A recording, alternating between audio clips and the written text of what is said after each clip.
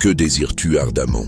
Chaque jour, plusieurs fois par jour, de petites alarmes sont déclenchées dans ton cerveau. Elles font gargouiller ton estomac, te donnent l'eau à la bouche ou fixent tes pensées sur ce dont tu as envie. Dieu nous a donné des besoins physiques qui reflètent aussi nos besoins spirituels.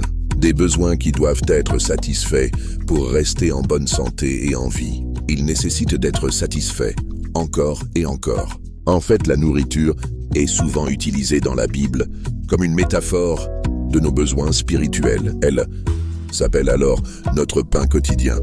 Dans Matthieu et le lait pur, dans 1 Pierre, pour n'en citer que quelques-uns. Dans la 4e des Béatitudes, qui sont une série de promesses que Jésus-Christ a faites à propos du royaume de Dieu, Jésus a dit ceci: « Heureux ceux qui ont faim et soif de la justice, car ils seront rassasiés. » Matthieu 5,6.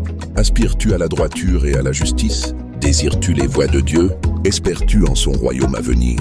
Veux-tu être quelqu'un qui court après ce qui ne peut jamais vraiment satisfaire, ou quelqu'un qui a faim et soif de Dieu dans ce royaume atypique où Jésus-Christ est Seigneur?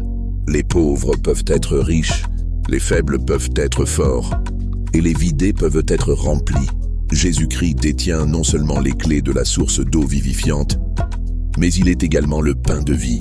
Donc, quand tu sens qu'il invite ton cœur à se battre pour la justice, à aimer le mal-aimé, à défendre ce qui est juste, même quand ce n'est pas ce qui est populaire, prête-y attention. Il est prêt à te combler de tout ce dont tu as besoin. Faites avec moi cette prière.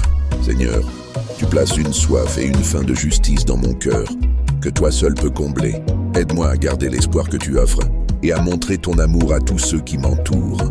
Donne-moi la patience de supporter un monde imparfait pendant que j'attends que tu reviennes et que tu restaures toutes choses dans le nom de Jésus-Christ. Amen.